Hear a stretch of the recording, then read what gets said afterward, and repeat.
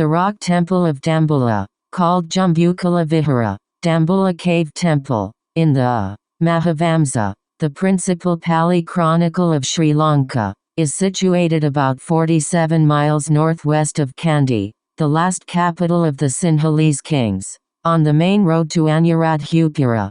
The shortest way from Colombo to Dambulla lies via Kurunegala, one of the capitals of the medieval Sinhalese kings. The other rock temple of equal fame, Aluvihar, where, according to tradition, the Buddhist scriptures were first committed to writing about the 1st century BC, list about 26 miles to the south on the Kandy-Dambulla road, and the famous fortress of Sigiriya with its beautiful frescoes rises aloft like a gigantic cylinder at a distance of about 12 miles to the northeast of Dambulla. Dambulla is a scent of unique interest. Its rock temples are the most extensive in the island, and one of the most ancient, and in the highest state of preservation and order. Dambulu, Gala, the rock of Dambulla, in which these temples are situated, is almost insulated and of a vast size. Its perpendicular height above the plain is about 600 feet. Very few parts of it are covered with wood,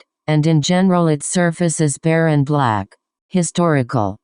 The caves of Dambulla, like the Mihantale caves, were occupied in very early times by Buddhist hermits. The antiquity of this place has been authenticated by the presence of pre-Christian inscriptions in Brahmi character immediately below the drip ledge of the central cave. One of these inscriptions records, Dhammarakkhita Terahalina Agata Anagata Katudisa Sagas Dine, Gamani Abhayarajiyahi Karite, the cave of the elder Dhammarakkhita, given to the community of the four quarters, present or future, in the reign of Gamani Adhaya. The shape of the letters of all the short inscriptions in Brahmi form at Dambulla is distinctly those of the 1st century BC. At that time there was only one king known as Adhaya, also known as Vadagamani Adhaya, 89-77b. See, this leaves no doubt that the king Adhaya referred to in the above quoted inscription Vadagamani Adhaya.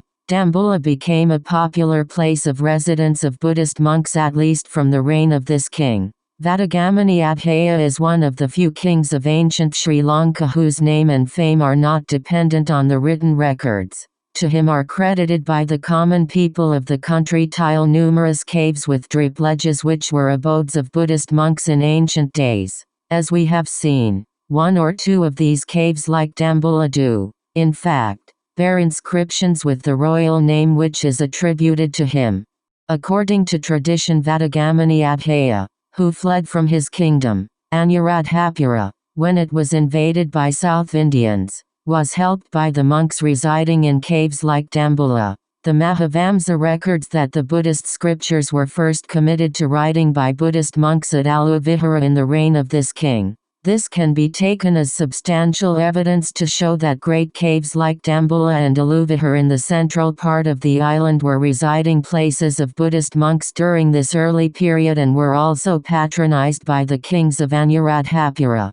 Tradition also has it that the 5-seated Buddha images including the principal one in cave number 4 of Dambulla temple were made of natural rock in the reign of Vadagamani Adhaya. It is also believed that some of the images in cave number 2 and the principal images in cave number 1 were made during the reign of this king. As no Buddha images found in Sri Lanka can be ascribed to the period before the 1st century AC, no credence can be attached to this tradition. But this does not bar the possibility that at least some of the images in these caves were made during the later Anuradhapura period, i.e. during and after the 8th century AC. Unfortunately, these cannot be identified because of the repairs and renovations undertaken in succeeding periods. The successor of Vadagamani, Mahakuli Mahatissa, following his uncle, spent much of his time on religious activities. One short inscription of Dambulla refers to a king called Gemini Tissa who may be identified as Mahakuli Mahatissa. The next king to patronize Dambulla was Nisankamala, who undertook regular tours all over the country, repeatedly mentioned in his various inscriptions. The king, being a foreigner, probably wanted his presence felt throughout Ireland, and also wished to win popular support by distributing alms during these tours. The king seems to have been interested in visiting prominent places like Dambulla, Kelaniya and Anuradhapura during these visits, and he left lithic record at these places. According to the chronicle, Nisankamala's fourth tour, probably the last, was to Dambulla, where he spent lavishly on the cave temple and set up 70 there gilded statues of the Badha. The inscription engraved by this king on the rock between No I and Gateway gives an account of himself and his pious acts. In the last two lines of the record we find the statement that he caused the reclining, sitting, and standing statues of the Buddha in the cave of Dambulla to be gilt, celebrated a great puja at a cost of 7 lakhs of money, and gave the cave the name Suvernagiri Guha, the Golden Rock Cave. It is clear that from this time onwards Dambulla, Jambukala Vihara, come to be known as Suvernagiri Guha or Rangiri Dambulla.